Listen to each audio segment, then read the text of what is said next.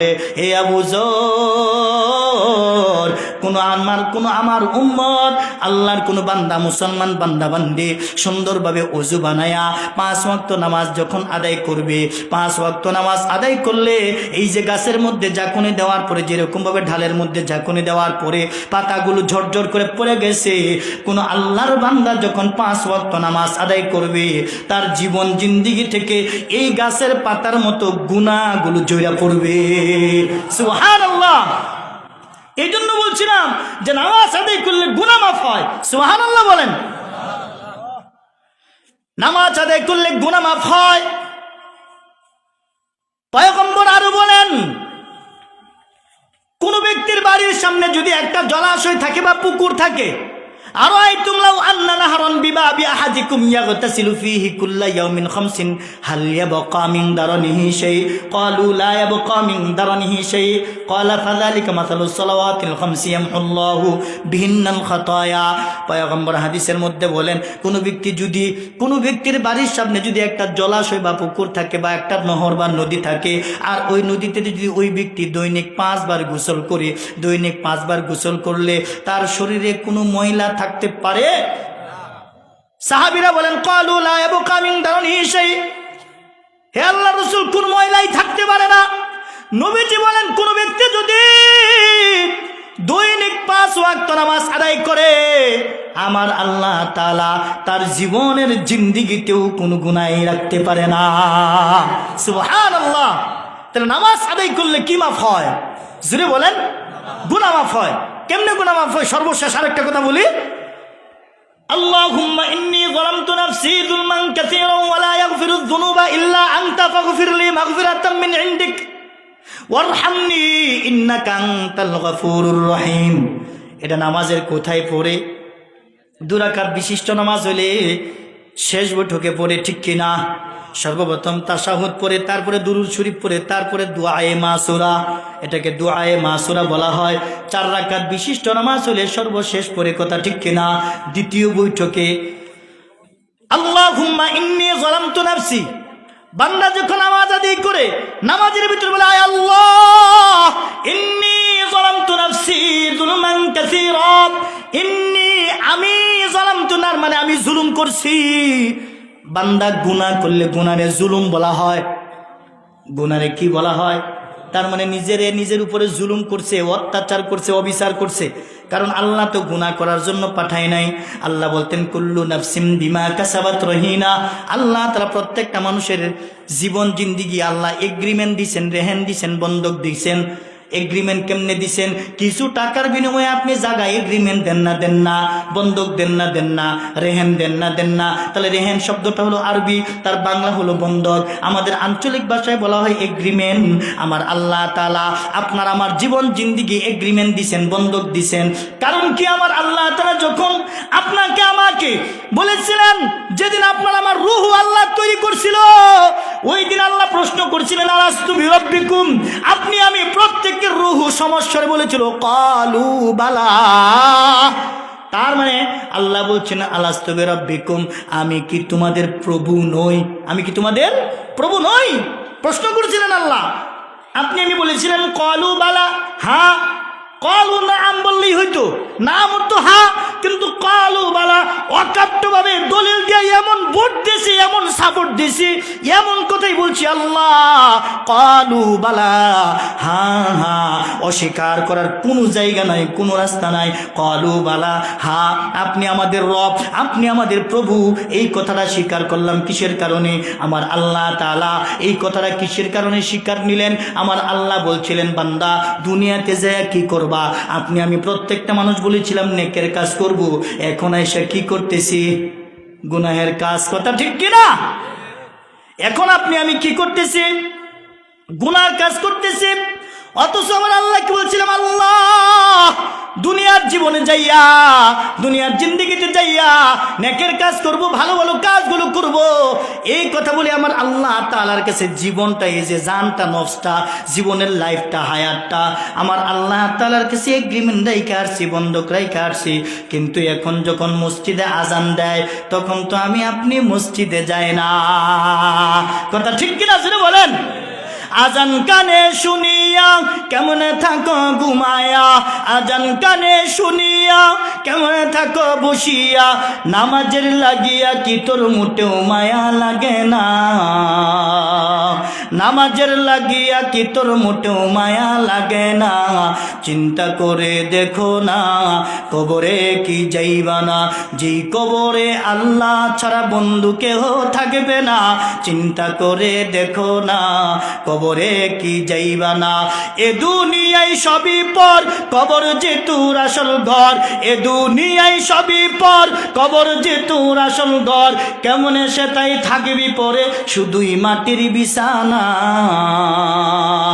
কেমনে সে তাই থাকবি পরে শুধুই মাটির বিছানা।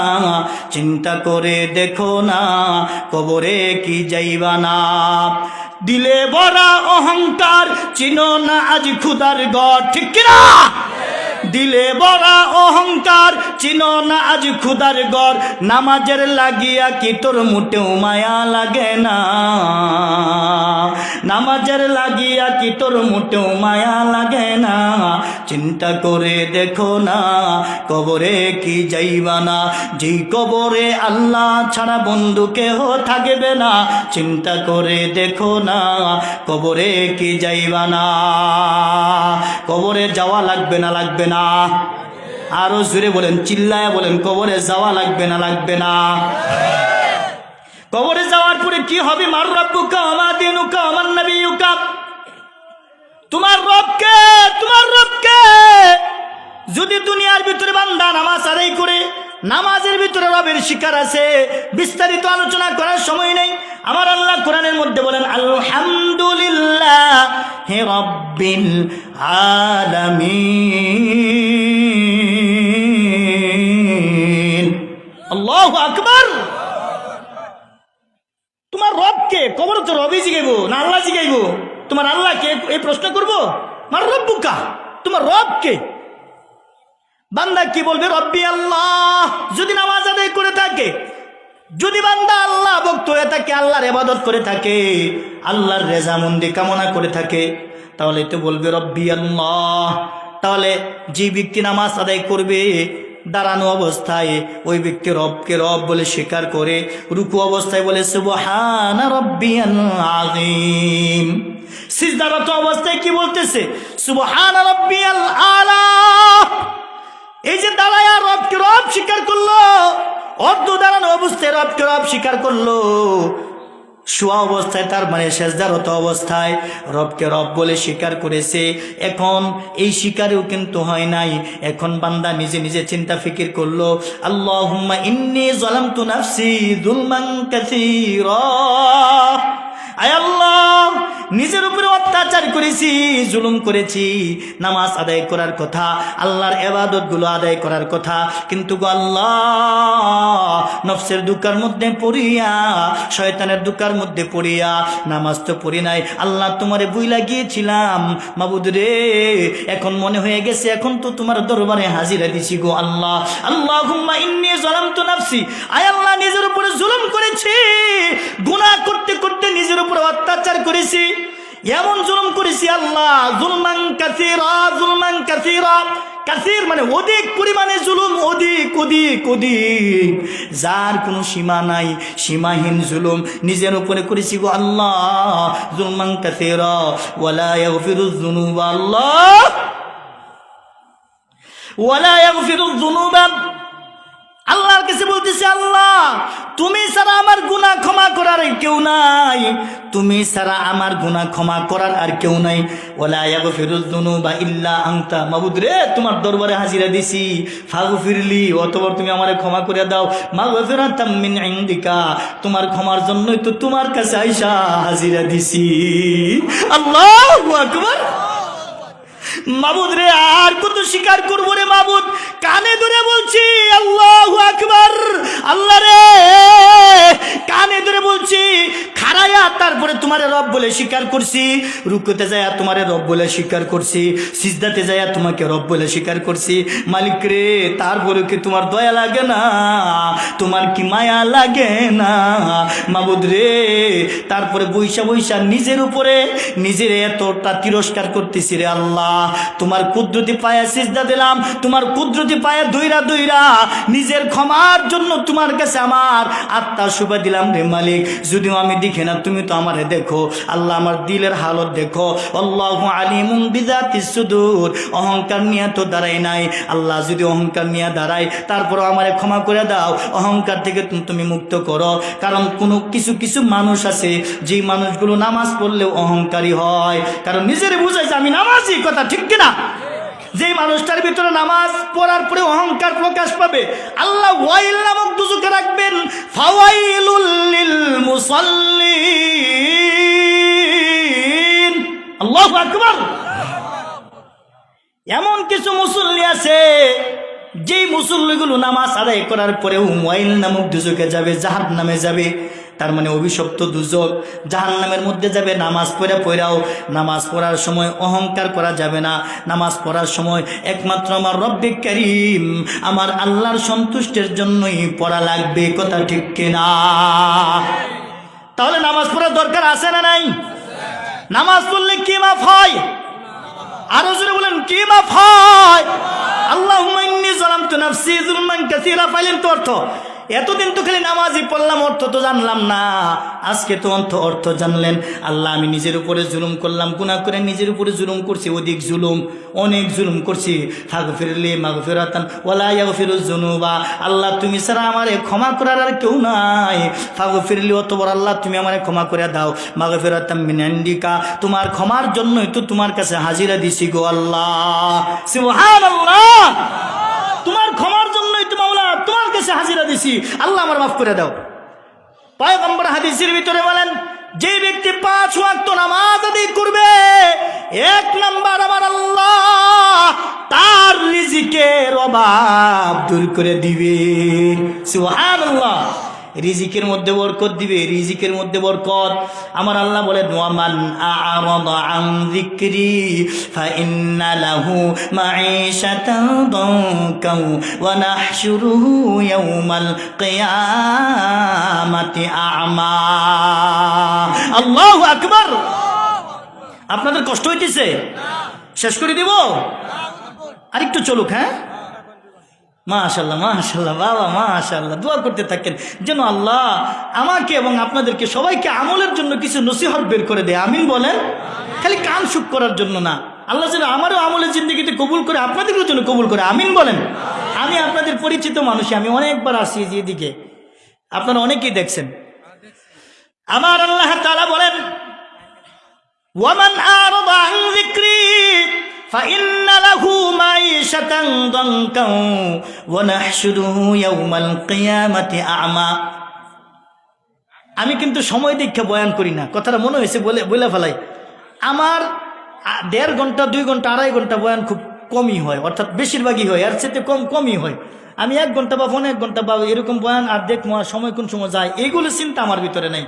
আমি চিন্তা করি যে আল্লাহ যে আমারে কিছু বান্দাবান্দিদের ভিতরে যে আল্লাহ আমারে কবুল করছে, এটা তো আমার কপাল। আমি যে কিছু দিনের কথা বলছি, সেটা তো আমার তকদির।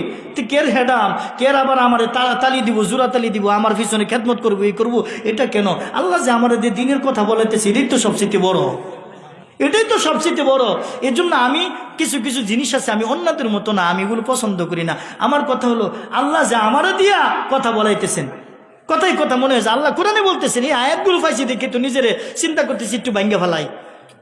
আল্লাহ বলেন, ওয়ামান আহসানু কাওলাম মিম্মান দাআ ইলাল্লাহি ওয়া আমিলা সালিহান ওয়া ক্বালা ইন্নানি মিনাল মুসলিমিন।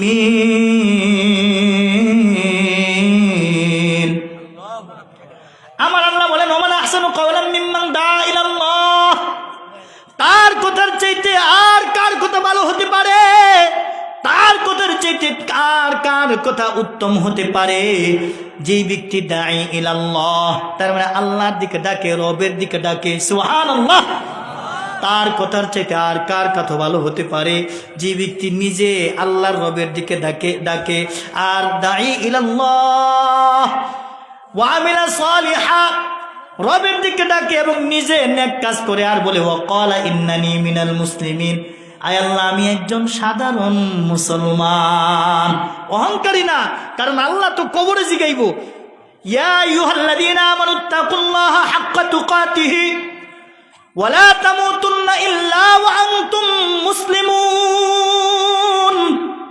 আমার আল্লাহ তাআলা তো কবরে জিজ্ঞাসা করবে ইয়া আইয়ুহাল্লাযীনা আমানুত্তাকুল্লাহ, আমার আল্লাহ বলেন হে ঈমানদারেরা তোমরা আল্লাহ তাআলাকে ভয় করো, হাক্কা তুকাতিহি, সত্যিকারের ভয়। তার মানে রবকে যেরকম ভয় পাওয়া দরকার, আল্লাহকে যে ভয় পাওয়া দরকার, এরকম ভয় করো, সত্যিকারের ভয়, অন্তর দিয়ে ভয় করো, আল্লাহরে ভয় করো।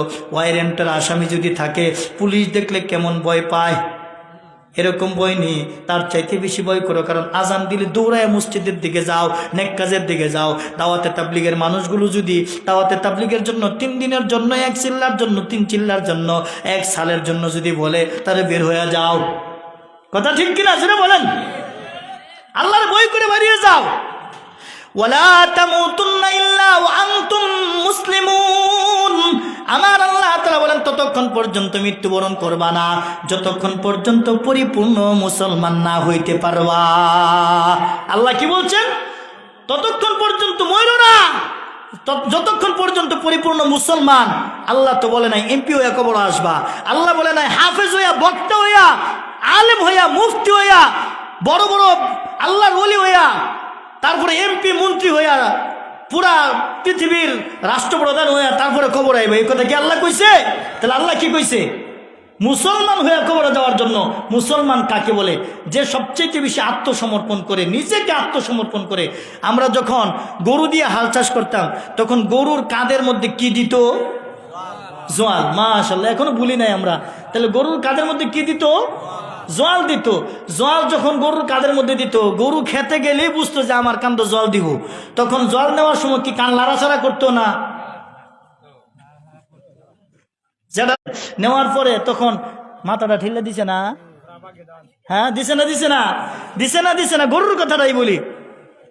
এই গরু যেরকম ভাবে নিজেকে আত্মসমর্পণ করে, মালিকের সামনে যায় নিজের জলটা যেরকম ভাবে কাঁধে নিয়ে ফেলায়, মুসলমানি বুয়াদ গর্দন নেহাদান, মুসলমানি বুয়াদ গর্দন নেহাদান, এলানে খুদ বদস্তে খাজাদাদান, এলানে খুদ বদস্তে খাজাদাদান।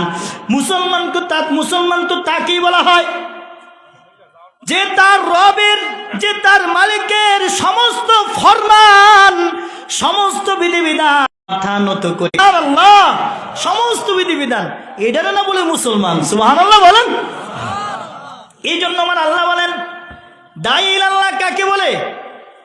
যে আল্লাহর দিকে ডাকে তারে দাঈ ইলাল্লাহ বলে। মুয়াজ্জিনকেও দাঈ ইলাল্লাহ বলে। সুবহানাল্লাহ বলেন। মুয়াজ্জিনকেও দাঈ ইলাল্লাহ বলে। মুয়াজ্জিনও তো আল্লাহর দিকে ডাকতেছে, দাঈ ইলাল্লাহ, এসো নামাজের দিকে। মুয়াজ্জিন তো নিজে নেক কাজ করে এবং অন্যকে নেক কাজের আদেশ দেয়। আর কি বলে? ওয়াকালা ইন্নানি মিনাল মুসলিমিন, আমি একজন সাধারণ মুসলমান। মুসলমানের ভিতরে কোনো অহংকার থাকতে পারে? কারণ মানুষ কি দিয়া তৈরি হয়েছে একটু চিন্তা করে দেখেন তো, নাপাক পানি দিয়া। যেই পানিটার নাম মুখে উচ্চারণ করলে লজ্জা লাগে, কথা ঠিক কিনা? তাকাইতে ঘৃণা লাগে।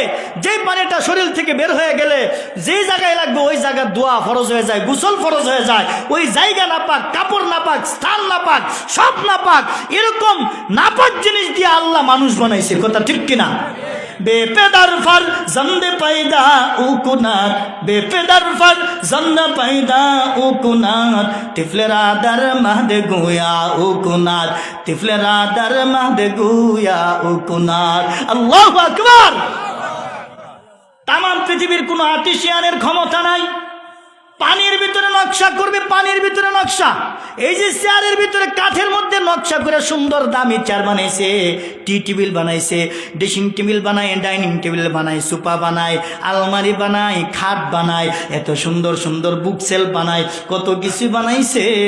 কিন্তু দুনিয়ার কোনো মিস্ত্রি, ফার্নিচারের মিস্ত্রি, দুনিয়ার কোনো আর্টিসিয়ান, দুনিয়ার কোনো শিল্পী পানির ভিতরে নকশা করতে পারবে না। কথা ঠিক কিনা?